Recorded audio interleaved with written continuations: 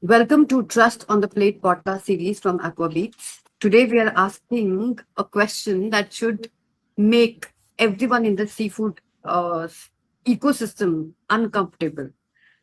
Are we discussing seafood fraud as much as we should? The data is stark. Globally, studies show that around 38 to 40% of seafood products are mislabeled. In India, a DNA based study found that 22% mislabeling in domestic seafood and as high as 54.8% in processed fish products. In the US, red snapper was mislabeled in 87% of cases, tuna in 59%, and sea bass in 55%. I believe that this is not just about wrong names on the pack. It is about consumers being sold the wrong species, the wrong origin, or the wrong farming method. Sustainability claims by the certification programs, organic, green, being undermined by fraud. Long term trust in the entire seafood sector being eroded. And yet, despite all of this, we are not seeing a clear, sustained improvement. Why? In a world where trust is the new currency, seafood fraud is actively destroying that currency. Today, I'm joined by Roy Palmer, the CEO of the Seafood Consumers Association, a leading voice for consumer protection and seafood integrity. Roy has been working at the global and regional level on seafood promotion, consumer advocacy, and tackling fraud and mislabeling. In today's conversation, we are going to actively explore the types of seafood fraud, which are the most serious and prevalent, how aware today's consumers really are, and whether that awareness can drive better purchase decisions, where fraud happens in the supply chain, and how can we strengthen those areas through innovation, technology, R&D, and what roles each of the actor in the supply chain should be playing to ensure that the seafood fraud doesn't happen. How do we create positive change and differentiate credible players from the rest? And very important, the mindset shift, which is needed across the seafood ecosystem from short term gains to long term trusts. And let me tell you one thing about this podcast is that this is not just a conversation about mislabeling. It is about whether we can rebuild trust in seafood as a safe, sustainable, and honest product. So, Roy, thank you so much for joining me. Thank you. Thank you for the opportunity, Richa. Yeah. Let's hope that we can clarify some of these things because I'm sure, like yourself, you know, I'm an avid seafood consumer and have worked in the industry for 50 odd years. But so I understand the industry quite well. And so what we're missing and what is scary from my perspective Mm. is the fact that the industry always puts these things on the back burner. And I feel that trust, as you pointed out, is like going to become the new currency as far as seafood is concerned. So to that end, in my life, I've as I say, I started in the industry in 1972, and I've gone through all of the post harvest industry. I have seafood qualifications, seafood processing.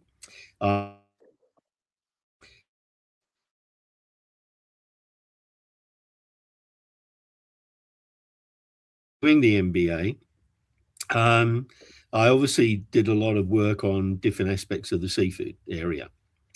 And I always struggled to get the industry to look at how it could improve. The difficulty with our industry is that it's set up poorly. I can speak specifically about Australia. I can't speak specifically about every country, but in general terms, I would suggest that the seafood industry has no global association, and therefore it's at odds with most other protein organizations. And in our country, in Australia, we have a red meat association and we have a poultry association. And they are leap years ahead of our associations in Australia. And the reason for that is that they are set up exceptionally well. They are set up with their own governance programs and they work as a group. So if you look at the retail aspect of both chicken and meat in Australia, they have a direct link from the people that own the businesses right the way through to the retail. And that is connected through training and other aspects. For example, if you and I decided to rent a building here in Melbourne and we wanted to start a butcher shop, it would be impossible for us to do that without actually having completed the red meat training program and at least have one qualified butcher within our business that was on premises when we were doing the production. So consequently, seafood, but if we want to start a seafood shop, Richa, we can start it tomorrow, okay? And we don't need any qualifications. And to me, seafood is a far more complex product than red meat. And so therefore, we leave ourselves wide open. And I look at the retail industry, and most of those people are not members of any association. They're not members of any groups. And as a result of that, they don't get any direct information from organizations that are trying to help them. So as you can see, it's a sort of a mishmash. And then the retailer is out on his own. Small, medium enterprises, and we all know how difficult it is for small, medium enterprise businesses, certainly at this moment in time, because everywhere around the world, cost of living's increasing, and people are always looking for the best alternatives. And the problem is when we come to these periods in time, what does our industry look at? They look at shortcuts. They don't look at the quality end. They look at how do I get there, get business, and keep the thing ticking over. And that's where we end up with where we are today with fraud. Anyway, so long story short, I was doing my MBA and it dawned on me that there was no Seafood Consumers Association. And so I started it. And in Australia, in order to get the Seafood Consumers Association, particularly the word consumers, approved, I needed to get 3 federal government departments and the treasurer and the assistant treasurer to sign off. They treat the word consumers with respect. So that's actually quite encouraging.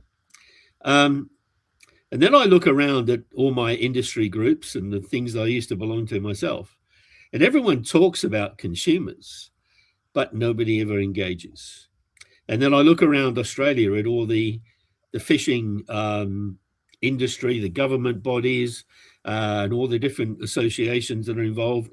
There is no consumer that sits in any area of those situations.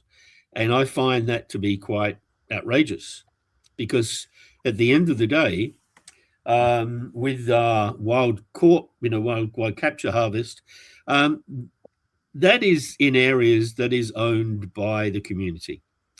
The governments are there simply to manage the resource, and yet they will encourage the industry to be involved, the recreational industry involved, the indigenous areas to be involved, but no one seems to want to get the consumers involved.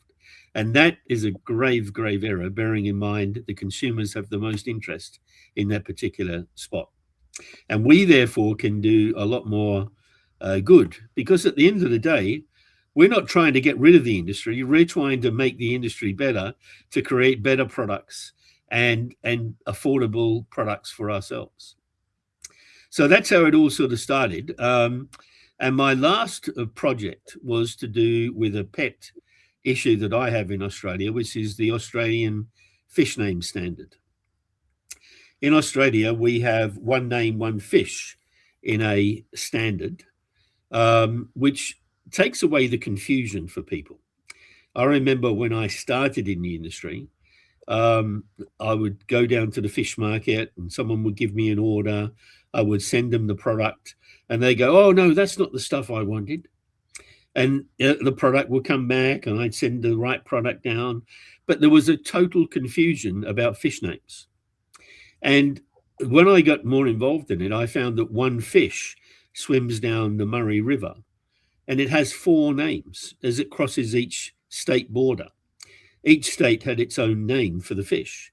So how can you do management of those things if you don't have one name that everybody connects to? And from a consumer's perspective, it's very confusing. If someone says crayfish, but they see lobster, what is that? How do I know what that is? They say sea perch, but they mean orange roughy. All these different things. So we need to get a language that is locked into a standard that then everybody works towards. It is then you can do training, you can get a greater understanding, and you can make sales. If you look at, say, car companies, they don't have different names in every state for their cars. They have one name for their particular car and they market accordingly. So, we need to think in a better way there. And from a global perspective, we should be trying to do that as much as we can. Obviously, languages would play a part in all that scenario, but it can easily still be done based on the standard that's been created in Australia now. So the trouble is that the standard started in 2007, but it's still voluntary. And what does a voluntary standard mean? A voluntary standard means no one takes any notice of it. So the government have failed us, have failed the consumers badly. They failed the industry badly. The industry has spent at least $6 million, maybe as much as $10 million on creating the standard and keeping the standard up to date. And it's still a voluntary standard. So I wrote a paper about that. Here it is here. It's the longest title I've ever given anything in my life because it needed an academic connection. So it is called A Critical Investigation of the Regulatory Governance Vacuum in the Australian Fish Name Standard, AS 5300, for the purpose of providing recommendations to the Seafood Consumers Association on utilising stakeholder education and soft governance to mitigate mislabelling and restore consumer trust. So the concept of that was, if the government are not going to help us, then we must create a different way. So we create a training program that enables people to engage. And then from that idea, I built a story. And about the same time, United Nations Food and Agriculture Organization, FAO, they presented, actually it was in India, at the Fish Inspectors Conference, which I think was in Chennai, in February. They presented the technical paper 742, The Fraud in Fisheries and Aquaculture. And that added to my concept. And then I communicated with FAO, and their new head of FAO had highlighted some changes within the organization. And one of those changes was that we need consumers to be involved more into this process.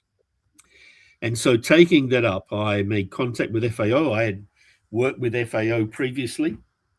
In fact, my title with them was, I'll show you the card. I was the senior consumer behavior expert. And so I had worked in Mexico for a period of time with the Mexican government, increasing seafood consumption. And then I got a role with FAO in Saudi Arabia, and I worked with them. Massive differences between the two. But the bottom line was, as a result of communicating with FAO, we agreed to have a webinar about seafood fraud. And that took place on the 18th of June, as you're well aware.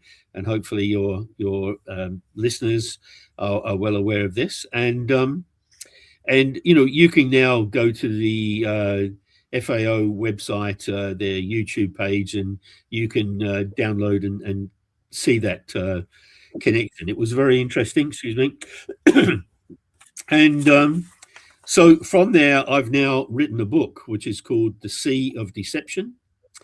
And from that will be a training program called iCadmus.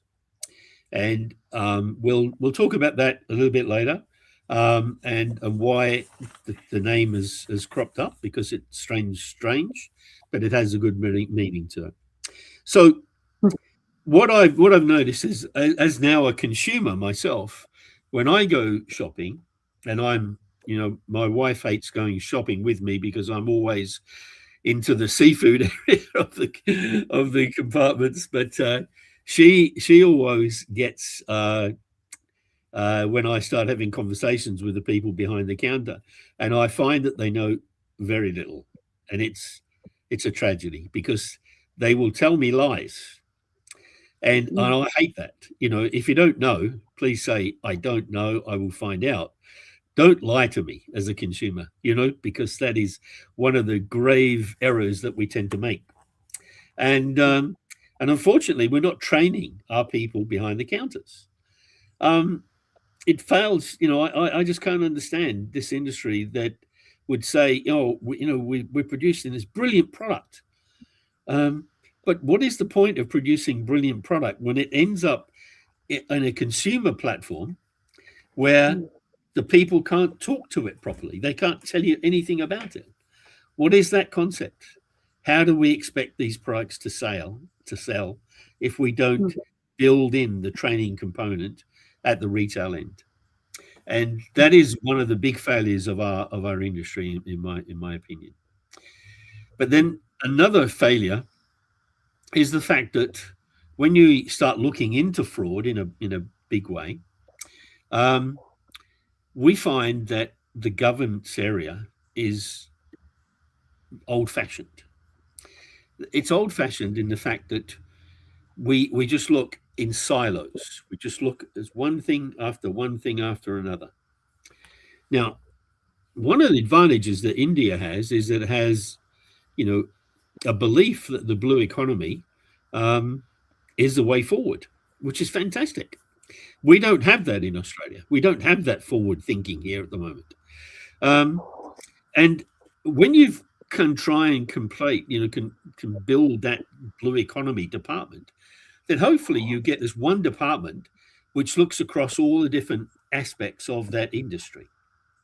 And maybe then you can help solve some of these fraud issues, because you can't look at it just as weights and measures, environment, licensing, etc., etc. You've got to look across the whole thing, because I tell you, that's where the criminals are involved themselves. That's wherever you see a gap, that's where they'll be. Okay, it's just like any issue like this. This is how these things occur, and so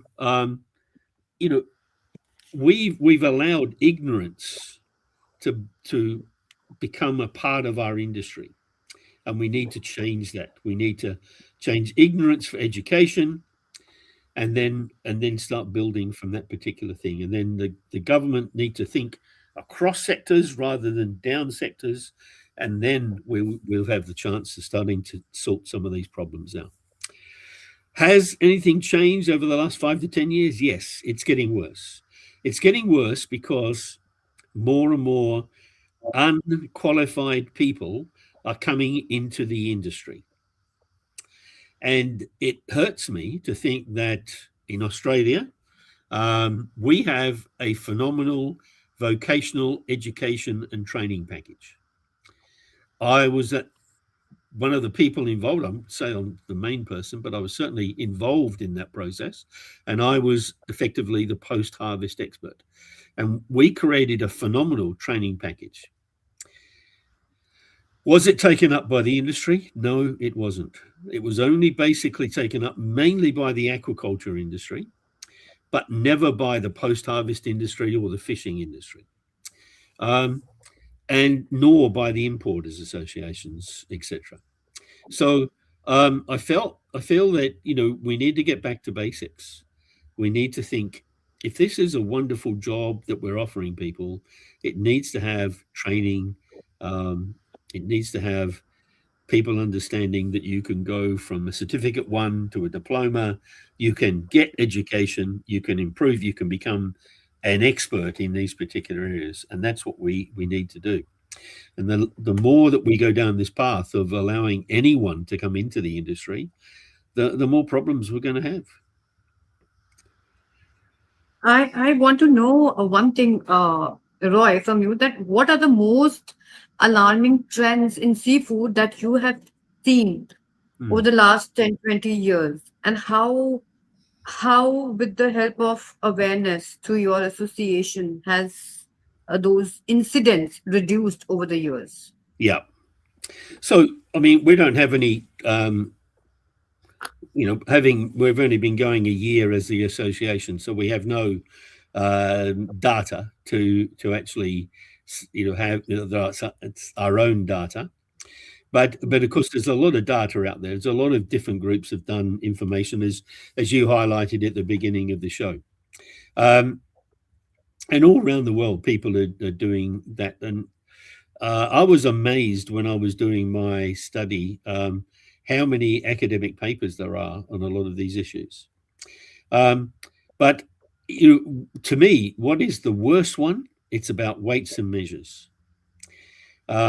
Today, you're finding that, say you're an Australian importer, so you want to buy prawns or shrimp, and the first thing you get asked is, how much glaze do you want? You want, and so your pricing obviously is based on the amount of water that you're putting into the product. Now, to the point now that I regularly buy my product for home from an importer here that I've known for many, many years. And I used to buy a 1 kilo pack. And now I buy a 700 gram pack.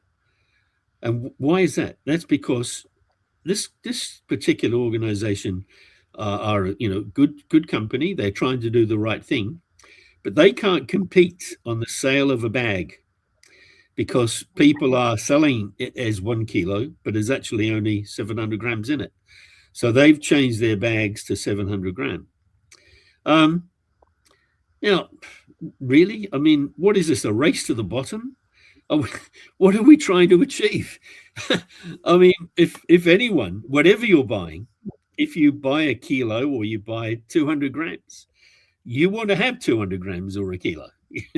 You don't want to get home and thaw it out and find, oh, there's only 150 grams. That is not a great look. And unfortunately, our industry is heading down that path. Now, this is not new. When I was going through my papers the other day, I came across a report from a gentleman by the name of John Sackton. John used to work for Seafood Media in Boston, I think he was based. He was a fantastic journalist for the seafood industry.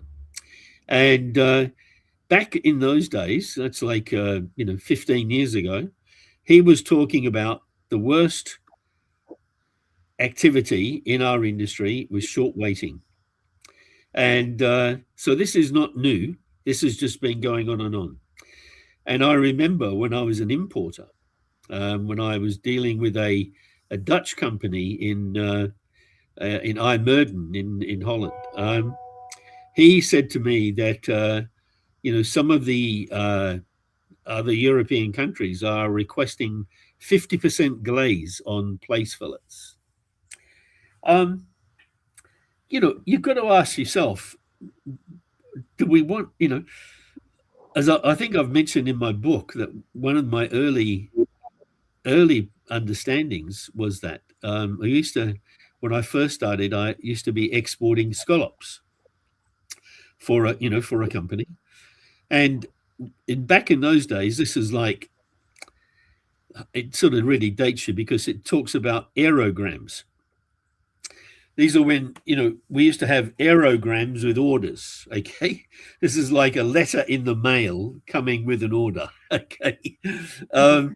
So it's before the fax machine, it's before the telex machine. And so it's a different world. But in that, I remember quite clearly that the German importer wanted to buy the scallops that we had, but he said, "Can you please not send me any more water because we do have water in Germany." And so that was back in 1973 or something like that. So it's not a new thing. And of course, one of the things that a lot of consumers don't understand is that a scallop, if you take a scallop, it can absorb its own weight in water if it's just left there in soaking. And then, of course, today we've become masters at that because we have different chemicals that actually enable it to maintain that moisture.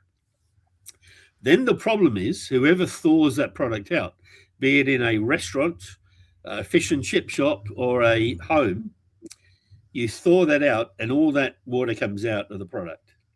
And all of a sudden, what was going to be a great meal has become a mess. And so all you've done is destroy the product.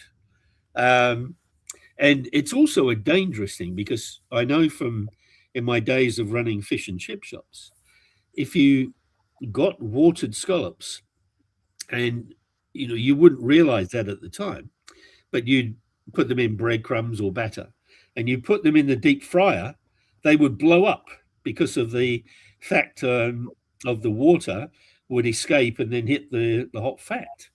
So it's a very dangerous practice.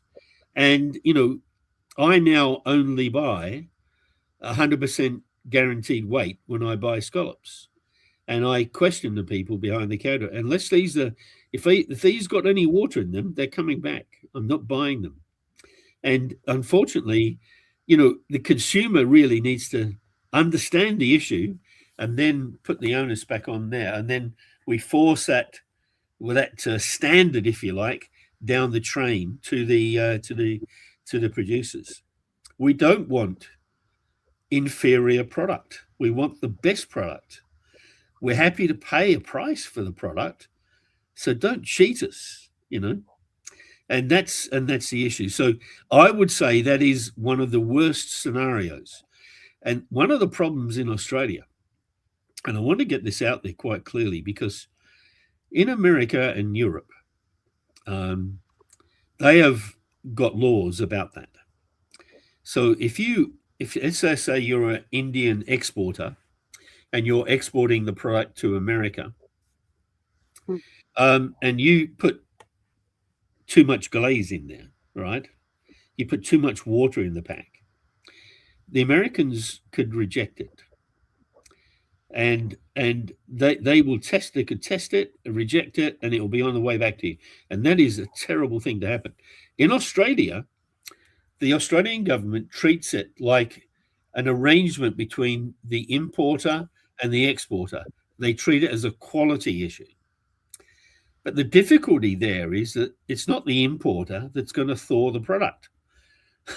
It's going to be the chef in the restaurant, the guy in the fish and chip shop, the guy in the cafe, or the consumer. And they're the ones that then pay the price. And so one of our big fights now, we've put in a submission to the Productivity Commission in Australia, is that, this is not favouring the consumer in any shape or form. This is actually doing more harm than good. And we need to change these rules. And we need to follow what America and Europe have done to protect the consumer. And so that to me is the worst one. Constantly, we have seafood substitution all the time. And what would be the worst product for that? Probably Bassa from,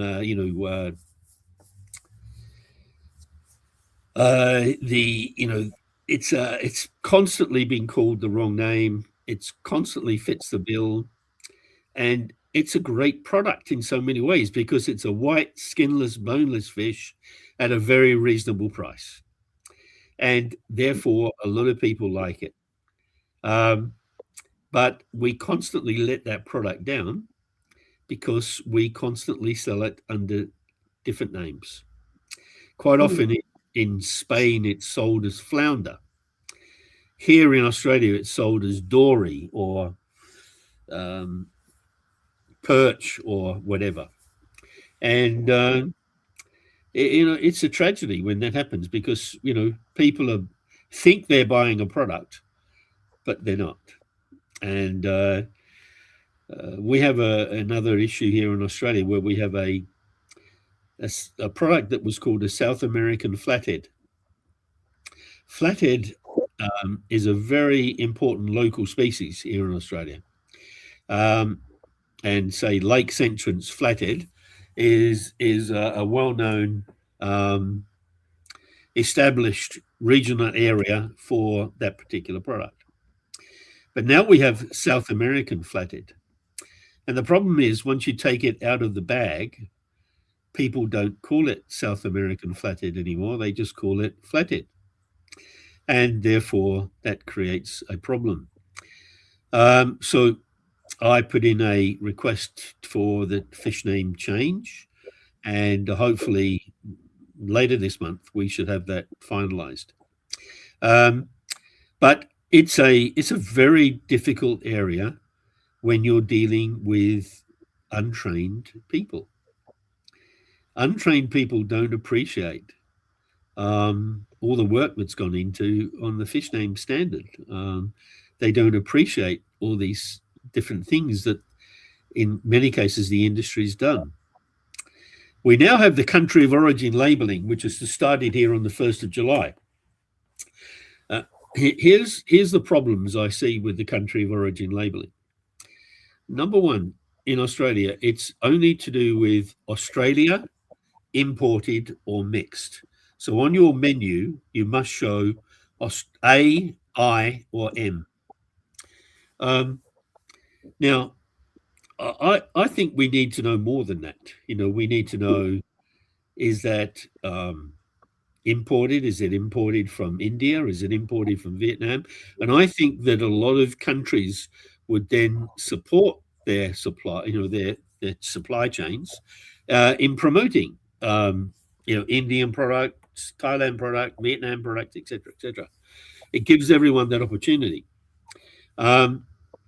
But the other problem is that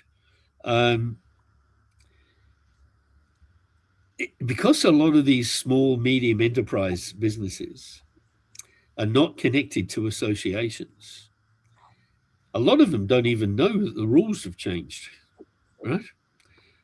So you can walk into a cafe and they haven't done anything about it because they didn't know anything about it, they say. The difficulty also in Australia is that we have a federal legislation on that, but all the states manage the enforcement. And the difficulty there is that you get inconsistent enforcement. In some states, it's strong. In other states, it's weak. And have they trained the people that are supposed to be looking for those issues when they go to those restaurants, etc.? And I doubt very much there's been much happening in that particular space. So another training error there. And then another point is that when we're looking at country of origin, and everyone's going, rah, rah, Australia, we've got the best. Every country does the same thing. So um, um, the problem is, and you look at Australia, um, and you say, okay, well, I'm going to buy Tasmanian Atlantic salmon. Okay. So you think, oh, I'm doing the right thing. I'm buying Australian. But there are three companies that farm salmon in Australia of any consequence. One is owned by a Canadian company, one is owned by a Brazilian company, and the other one is a 50-50 joint venture between a New Zealand company and a Japanese company. So is buying Australian um, really what we want? When we're actually putting money into the boardrooms of these countries overseas. So this is where the country of origin scenario gets very complex. And then another issue is branding and regional variances.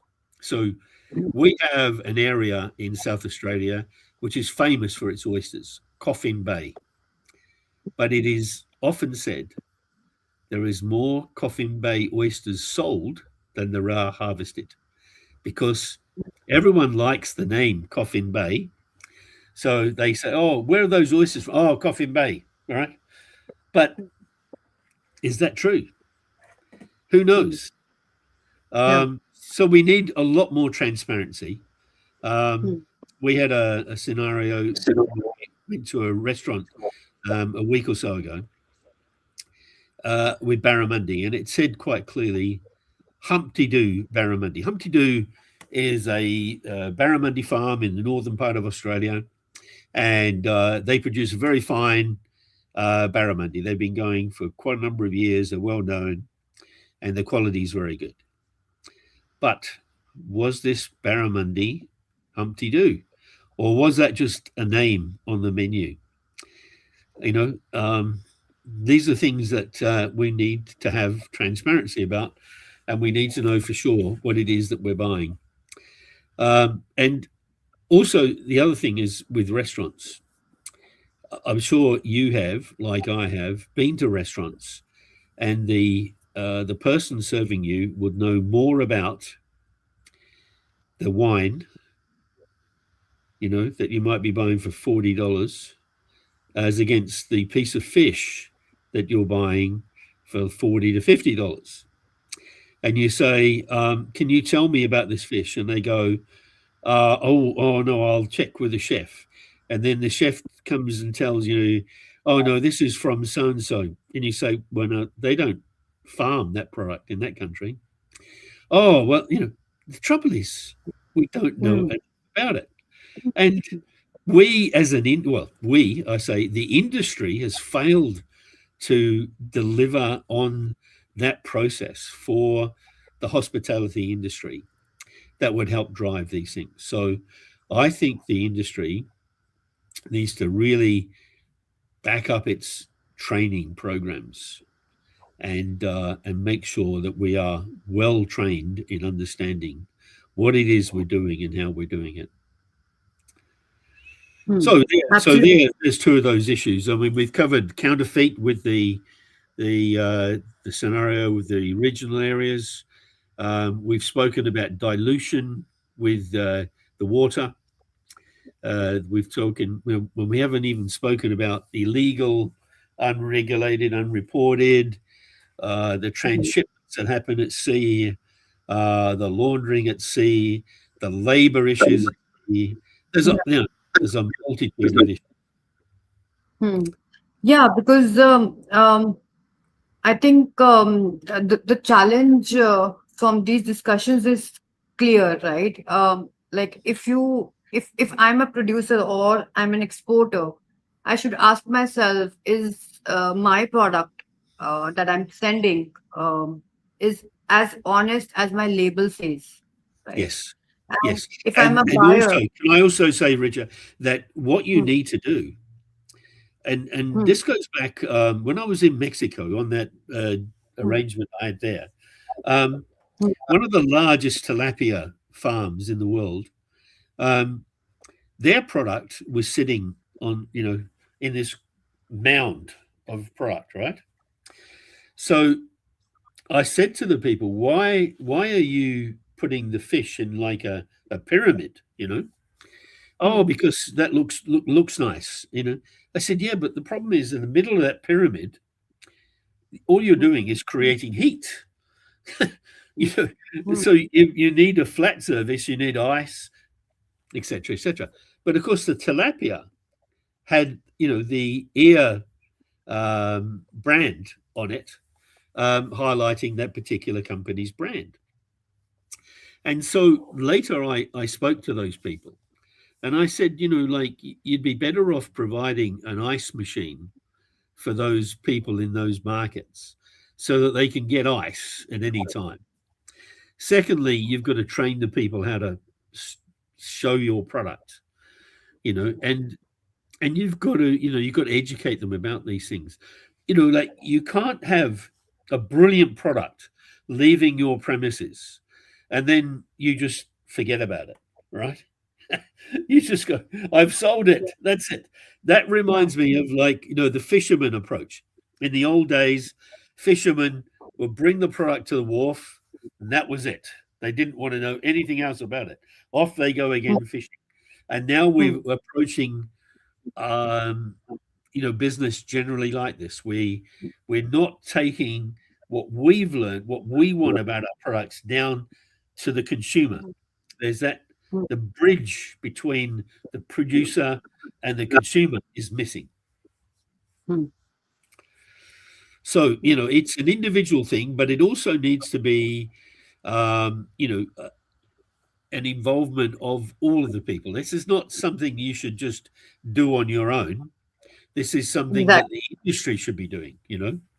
Exactly. I mean, there should be some method by which those practices can be prevented, because here the credible buyer is getting mixed with a buyer which may not have the same ethical standards and practices. Exactly. Likewise for the producer, likewise for the consumer, Yeah. right? So there should be some system in place that strengthen those areas of trust where trust seems to break down, right? Yes. And how do we differentiate between those guys who are credible uh, from those who are not so credible, right? Yes. And why should the credible ones be affected by the incredible by the Yeah. people who are not credible, right? Exactly. Yeah. Yeah. That's a big problem, but I Hmm. think that's how it gets sorted out if you do training. If you've got Hmm. training and you promote training and you're engaged in training, Hmm. that indicates to me you're a company I'd like to do business with. Um, if you're not doing those things, Roy, I don't want to Roy, do I business want with to you. Yeah, Roy, I want to understand more about this, like how we have discussed about different kinds of frauds, right? Yeah. And we have understood that the seafood fraud has not been discussed as much as it should have over the years, right? But given the fact that new environment is changing, right? Yes. Given the fact that now the world need more seafood, right? Yes. And India being one of the second largest producers and Yeah. being one of the fastest growing economies in the world, I believe that we have a huge responsibility to serve the food security requirements not only of our own population but also of the growing world, Yes. right? So um, how can we drive the improvements, and Yes. how can we bring positive change? Let's discuss more about that in this segment. Yes. Okay. All right. Well, we do that. I mean, I've identified a few areas in my book, and one of those is called the four flows of seafood. Okay, one of those. So that those four flows relate to the product. You've got to have quality product, you know, and you've got to understand how the product flows, how it's produced, whether it's a wild catch product or it's a farm product. and how that all comes together, and all the attributes of that product. You've got to understand all those things. Then the next one is the information flow. The information flow is essential because that is about internal information and external information. What is it we need to know inside our business about that? Excuse me. And what is it we need to know for the people that we're selling to and the consumers? And then the money flow. Where is the money flowing? How is this all engaging? Are we going to make a profit out of this? How do we maximize the profit for ourselves and yet make it affordable for the consumer? And finally, trust. All the way through the program, we need to understand trust and the trust flow. If we have a problem in our plant, and example has happened today in New Zealand. There's a algal flow, a bad algal flow, which is meaning a ceasing of mussel farming for a period of time. Now, I want that mussel farm to be coming out and telling me, this is the problem. We've stopped production. We want to ensure that we've got no problems with any quality products coming out of our plant. We need to be upfront and out there about these issues.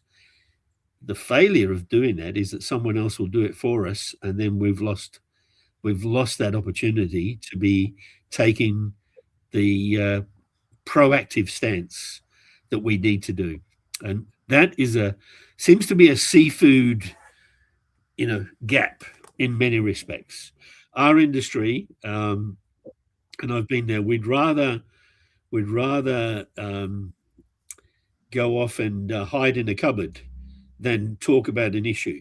So we need to be more upfront about the issues and how we're approaching them, because if we don't do that, then our enemies of seafood will take that proactive stance, and from that point it becomes very hard to change people's minds. Yes, I have a point to make. Yes. Very well said. I think we need to first come to a terms of acceptance. Once we accept that this is an issue, we take efforts to bring out changes. Yes.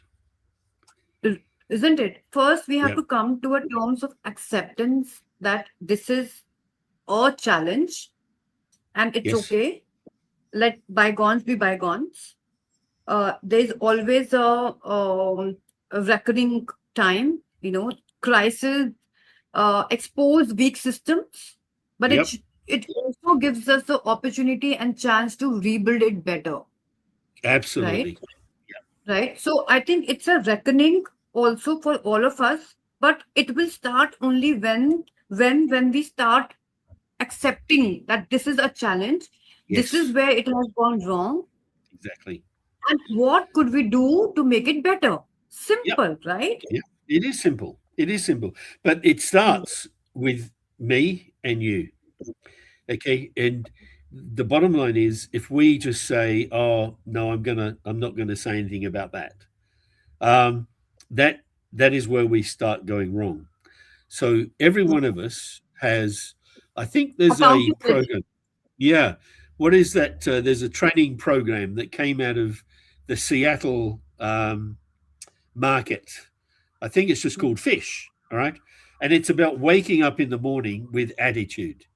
And you wake up with attitude. I'm going to have a great day. I'm going to work hard. I'm going to look after my customers, etc., etc. And Exactly. so I look at also someone, and I've put this in my book, that say someone like Warren Buffett, Mm. the very famous man in America. And Yeah. when he took over Salomon Brothers, he had a massive problem. And I'd say I sort of put in the book, what would Warren Buffett say about this? And he'd say, I don't mind if you make a mistake and it costs us money, because we can make that money back. But if you in any way impinge the reputation of my company or mm, you or the integrity of our business, I will get very mad, you know? And I think that's the attitude that we need to have. We need to absolutely. start being more adventurous about our mistakes.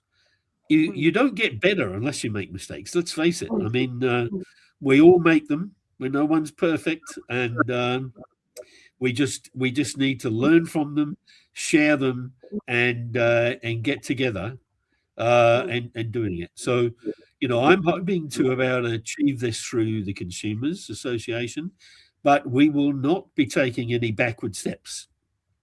We mm. will be taking the industry to task. You answer Mm, these questions, or we're going to actually declare it. Okay. So I yeah. think we've got to do that for the sake of the industry, for the sake of great seafood, because that's what we Mm, love. That's what we want to see more of. We want to see that happen. And mm. if you're a Absolutely. cowboy in the industry, please consider your days, because Mm, mm. we don't want cowboys. We want good people, and we have a lot of them, and we want to make sure that the good people survive. Right. Roy, do you have any examples of organizations or countries that have genuinely changed their mindset and implemented better systems to prioritize integrity over Yeah, short yeah. So term? a good one, and in fact, they were on the webinar. The National Fisheries Institute in in America, NFI. Mm, They're I think the largest seafood organization in America, um, mm, and they've created the Better Seafood Bureau.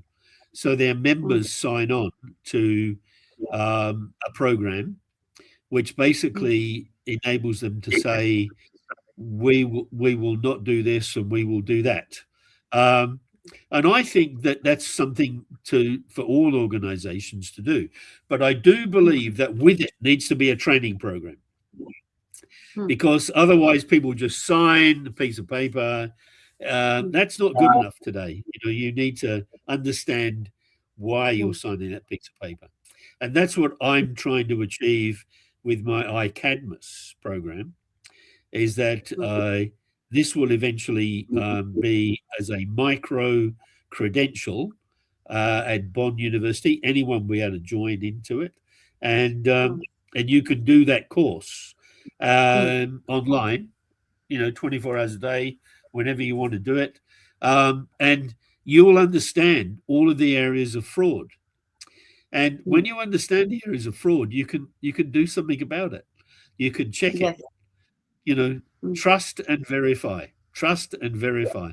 If you don't do mm. that, then you're leaving the door open, and Yeah. leaving the door open, the cat Mm. always escapes, as they say. Yeah, absolutely. Yeah.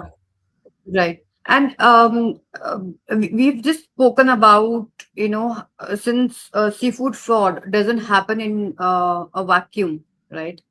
Yes, And where does the fraud happen in the supply chain?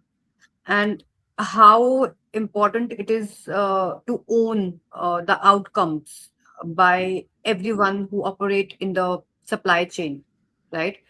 But we also discussed that how can we implement better systems in place. One yes, is training programs. What about what about the other innovative programs, or maybe better technologies, or maybe better R&D that yeah, lets the industry adhere to those innovations and be transparent about their practices. yes. Well, I Hmm. think what we need is open meetings between the governments and the industry and the consumers, and highlighting all of these areas about how we actually can work together to solve them. I mean, governments on their own are not going to solve it. Industry Yeah. on its own is not going to solve it, and the consumers bear the brunt. So we need a combined approach to this. Um, and that's what we're in favor of, is like being part of that um, solution. And Hmm. so um, I think where does it happen?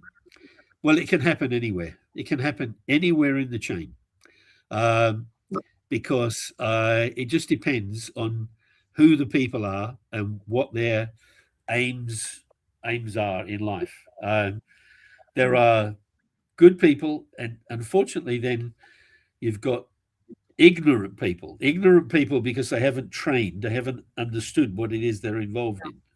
So um, some people do these things on purpose, and some people do them out of ignorance, and therefore it makes it complex to try and say this happens only in this particular area. And there are countries that are more open to these things than others. So it's a complex thing, and that's what means that we need more collaboration right across the whole world in trying to solve this. Now, I think that every country, or every time FAO meet, there should be some sort of fraud gathering, Hmm. if you like, of all the people from around the world that talk about these issues, what's happened in their country, and how we put that together. So we're actually creating the iCadmus website, where we're going to be putting up all those issues, so that people can just go to that one website and see these things happening. They can see the prosecutions, they can see the issues, they can see people writing reports. And I think that might help. The more we disclose these things, the more Yes. the more you make it open, the more Yeah. transparent you become, the easier Absolutely. it is to solve it. Yeah. So Absolutely. they're sort of part of it's part of the program, I feel. Great. Roy, are there any technologies that you may be excited about, like DNA testing? Yeah. Well, Yeah. we've had DNA testing for many years. Okay. Um, the in the University of Guelph, we have the center of the DNA testing. So effectively, I just don't see that we're actually working globally in this space. We can't obviously afford to have every country having a whole raft of DNA testing things. We need to have a central bank where Hmm. we operate and share that information, that around the world everyone can put their information in, and it's kept. So because seafood travels many miles, like any product can move anywhere. So the thing is that we need to have that DNA verification in those one particular areas, and working in that spot. So that's something that again, globally, I think we should be working on. Now, the lady that spoke at that on that webinar from the, I always get confused, it's IEAA or IAAE. It's to do with nuclear testing. Um, there's a lot of work being done about isotope testing, and being able to see geographically where the product was from. So you can't say, oh, this was from the Bay of Bengal, if effectively it was caught in um, the Atlantic Ocean. Hmm. They could do testing that actually can highlight where the product has come from. So I think those sorts of things are going to come together. But at the end of the day, it's really up to industry to control itself, to control Hmm. what it wants to see. The testing is an expensive exercise. You know, wouldn't it be great if we just had an honest industry from one end of it to the other, and we don't have to worry about all that stuff because everyone is honestly going about their business? That would be ideal. So, yes, testing is always going to be there, and we need to. Um, things are amazingly technical today and going ahead, but as I say, all the testing costs a lot of money, and we want to try and avoid paying out money unnecessarily, but good to have that as a backup. But we really need more honesty coming into the industry. Right. Roy, one question.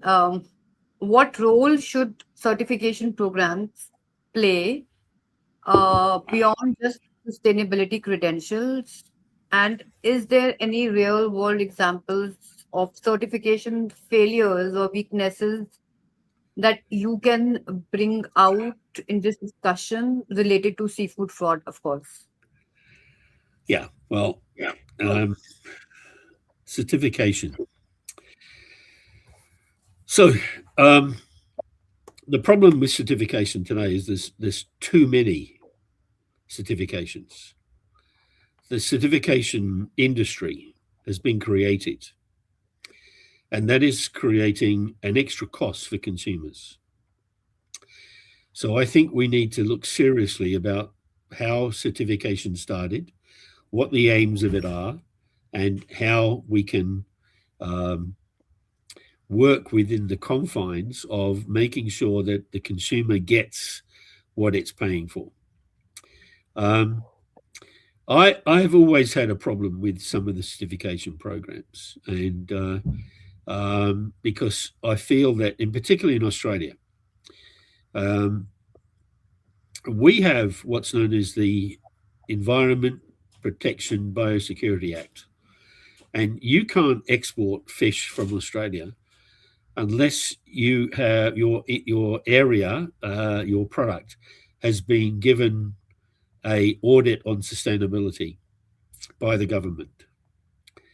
Um, so why do we do that? And yet we allow an overseas certification company to control what's being sold in supermarkets and what's being sold in hotels. I mean, we had a conference up on the Gold Coast, and the hotel chain, had various seafood products. None of them were Australian. They were all imported because none of the Australian products met the certification program. What is the purpose of that? I mean, we have Australian products that were certainly good enough for that, but they were locked into their certification programs. So I'm, and as a result of that, I just think that we need to rethink these certification programs. So the two areas, so we've got the wild caught certification, which I just don't see any need of in countries like Australia. When you look at the largest organisation in that space, they started back in around 1995 or so, and still today they only have about 15% of the wild catch under certification, and most of that is in America, Canada, Europe, Australia, New Zealand, etc. What is the purpose of that? That to me is a nonsense. And to add further to that, some of their product from Australia going to certain countries has ended up in the grey channel. How can you have a certification product going through a grey channel? That's just impossible from a traceability perspective. There's a lot of money involved, and to me, it's a nonsense. We need to reconsider that, and governments are in charge of the resources. They should be in charge of their own waters and what is sustainable and what is not sustainable. That's what they're paid to do. When it comes to farm product, it's a little bit different because that's generally not in government-controlled waters. It's in it can be on land, it can be at sea, it can be in waterways, etc., etc. So they have generally a bit more of a program about labor content, food safety content, etc., etc. But one of the problems there is inconsistency right across. Why do we have so many brands? It's impossible to go shopping and look at all the different logos and think, what am I actually buying here? The consumer has become more confused from all these logos. Now, I used to work with the Global Aquaculture Alliance many years ago. And I remember sitting in a meeting one time with the main players in that game, and they all said that their aim was to have one certification program within a 5-year period. Now, that was like maybe 15 years ago. And nothing's happened. In fact, now we have more certification programs. So the bottom line is what we've created is a business between the harvester and the consumer. And all we're doing is building those businesses outside of the industry. And I just feel that the consumer is not getting the best out of that particular aspect. We're paying for that. It's all adding to costs. And if you look at a lot of the producers, they're throwing arms up. I mean, how many audits can I have? If I'm trying to sell to all these different companies, I need this certification, I need that certification. This needs to be sorted out because it's just adding to costs at a time when we can't afford to keep putting costs on. It's going to become the end of a lot of companies, I feel, unless we start sorting that issue out. So I think we need to go back to the drawing board. We need to determine what it is that we need, and we need then to create that organization. There's no reason why the industry couldn't control itself. They could create, the wall between the industry and the certification program and do it themselves. And if there was any money made, it goes back into the industry. And to me, that would be a much better arrangement than allowing these outside organizations to come in. Now, I do know that a lot of these organizations have put money back into the industry, and that's fine. And I know that they do try to help people, but not all of them. And at the end of the day, the big problem is the supermarket chains who have failed to put in seafood specialists into their business. They've then, if you like, contracted out their relationship with the industry by inserting these certification companies between them and the producers. And therefore, I'm not in favor of that because they should be taking responsibility. If they want to sell seafood, they should know something about it, and they should ensure that they get the right people working for them. That would boost training immensely. And they need to get people behind the counter that understand what it is they're selling. A lot of them don't. Roy, for a country like India, if I talk broadly about aquaculture and fisheries, 90% of our farmers and fishermen are small scale and medium scale. Only 10% of our farmers belong to corporate, right? Yep. So how India can come closer to the end consumer who is ultimately going to use our products by ensuring that the standards the industry follows encompasses the wider sector, including small scale and medium scale farmers, which exactly. I understand. Certification programs get excluded because I understand those certification programs are also not made for a country like India, and they do not really take into account the small scale and medium scale farmers, right? So please help us understand what could be the journey forward for a country like India to reduce all these complexities, minimize seafood frauds, and be an honest producer, and consumers should be aware of our success stories. Yep. Now, I think, you've got to look at things in two different ways. You've got the wild catch area and you've got the farming sector, okay? So if you look at the farming sector, I like the way when I worked in Saudi Arabia, I thought what they did was very good. They actually looked at all those certification companies and they chose one. And they said, that standard is going to be our government standard. And so as soon as you go into aquaculture, you're going to be aligned to that standard. And that standard is a global standard. So therefore, you are going to be producing immediately for the world. Um, so to me, that is something that every country could look at. Um, they could look at those standards that are out there already and say, I'm going to work with this particular one. And the rest of them are cut off. Okay. You only work with the one standard that becomes your regulation within your country, that I am working with this particular standard for aquaculture in India. Or you take all the standards and you create your own standard, and that becomes the Indian standard for aquaculture. Um, so you've got those two alternatives.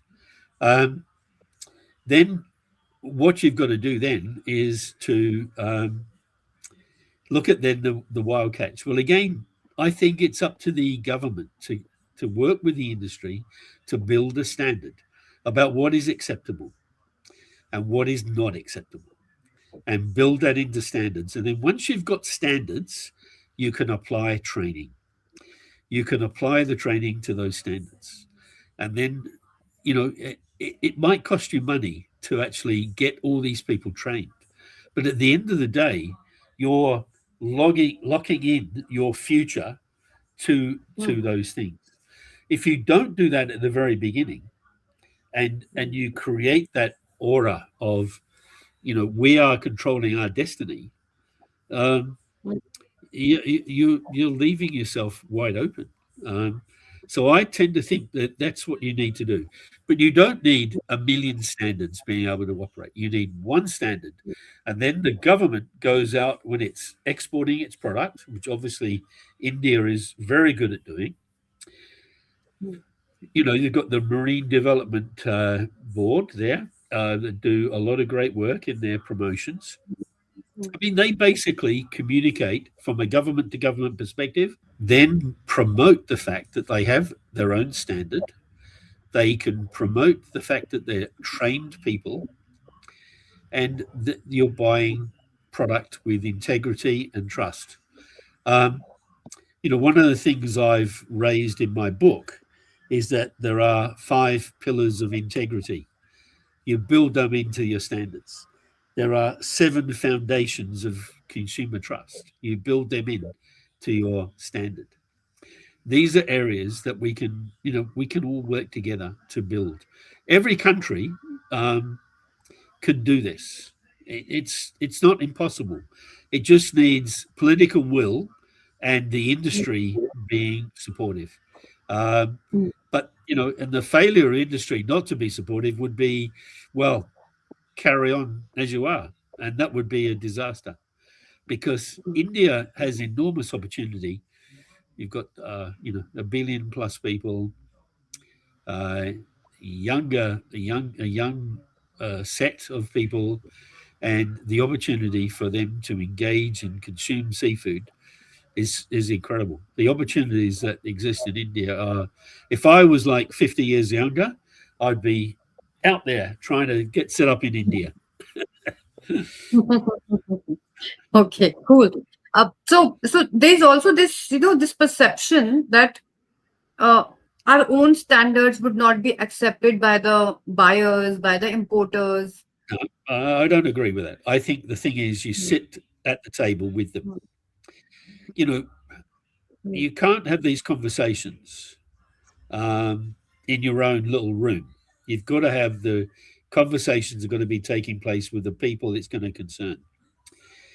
I think that any genuine supermarket chain would, understand that they need to continue to be able to purchase a product. What are the standards they'd like to see? Let's find a way of incorporating them. Now, maybe not everyone is going to meet that thing. You might have 4 or 5 levels of the standard. 1 star, 2 stars, 3 stars, etc., etc. But the bottom line is, it gives everyone from the small medium people that opportunity of being a 1 star player or a 2 star player or whatever. Um, mm, but it gives them a chance to get on the ladder of success. And if you don't have that chance, um, then you're going to perish, and that's no good. We want people to be getting on the ladder and improving. Continual improvement is what it's all about. And mm, supermarkets should be part of this, this dilemma. They've created a lot of the problems mm, um, because they're looking for their point of difference. Well, the point of difference is you've got great product and whatever. That's the most important thing, to have great product. And then you've got to, I wouldn't sell my product to a supermarket that's not training its staff. It's got to be a two-way thing. If you want me to improve, you've got to improve, because that way we can build a relationship. mm. Absolutely. Yeah.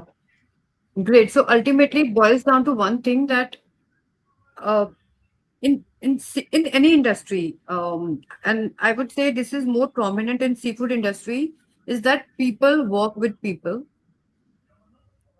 right? And it's important that as a country, how do we move together, move collectively? Yes. And if I were to, summarize this whole episode, one thing you have made very clear, Roy, that seafood fraud is not just a technical issue of labeling, No, right? It is a no. crisis of trust. And from mislabeled species to falsified origins, the stakes go far beyond the restaurant or the supermarket. They touch the customers, or I would say consumers' right to know what they're eating, Yep. right? And also the environment through hidden overfishing and unsustainable practices, Yes. and the damage it makes on the economy through unfair competition and damaged reputations. And of Absolutely. course, and the future of the sector, in a world where transparency and trust are becoming the most valuable assets. Yep. Uh, so, and your work through Seafood Consumers Association shows that change is possible, and it is underway when the Yep. consumers are informed and empowered, Yes. when industry takes responsibility for integrity, Yep. right? And and everyone in the chain starts to think in terms of long-term relationships, not short-term Yes. gains. Yes. Um, Everyone should be, hopefully taking one thing away from this is yeah. what can I do differently? How can I improve myself? How can I improve Mm, my company? mm, Um, what can I achieve that's going to maximize the outcomes for consumers? We need to put consumers number one. If we start putting consumers number one and going mm, out to see how consumers buy, everyone yeah. can do this. It's not complex. Go out Mm, to a market, see what people are buying, ask them questions, mm, and you'll see how little they know. mm, And therefore, we've got to start educating them and making them aware. And mm, if we can do that, mm, we have the greatest product. We have the greatest product, mm. um, but we failed the product, Yeah. uh, and we're failing ourselves because we are letting these things slide. And we'd Mm, rather have a race to the top than a race to the bottom. And that's mm, that's to me is what we should be achieving. mm. Absolutely. Uh, and I feel that someone who has genuine love for seafood, they will not want to bring out those changes only when there's a pressure coming from the market. I mean, just don't react to the Yeah. competition or the businesses that we may lose. Yes. uh, be proactive because you want to do things differently, like you said. Yep. you want to ensure that do I have enough trust in my supply chain and am I Yes. willing to invest in it? You know, Yes. and I Yes. think that has to do with the mindset shift right now. I think Yes. the differentiators will be those who do things for the longer term interest and who Yep. have a shared purpose at the end of the day, Yep. right? Hmm. Very good. So that so did you have that kind of discussion with anyone before, or am I the only one who is making I've those had discussions? Yeah. discussions, Yeah. and you espouse these ideas, but um, you know when I had it reminds me back in the days of the Mexican thing. Hmm. Nobody thought that we would do that. Hmm. That we would increase seafood consumption in Mexico. Um, and we did it in like 3.5 years instead of the 5 years that they were planning. And I think the thing is that when you get a whole of government approach with a whole of industry approach, it's amazing what you can change. It's amazing what you can do when Hmm. those things come together. But it needs the political will, it needs the industry to be behind it, and everyone's got to be thinking of the future about where we're going to be. Hmm. Unfortunately, we get too bogged down in where we are Hmm. today.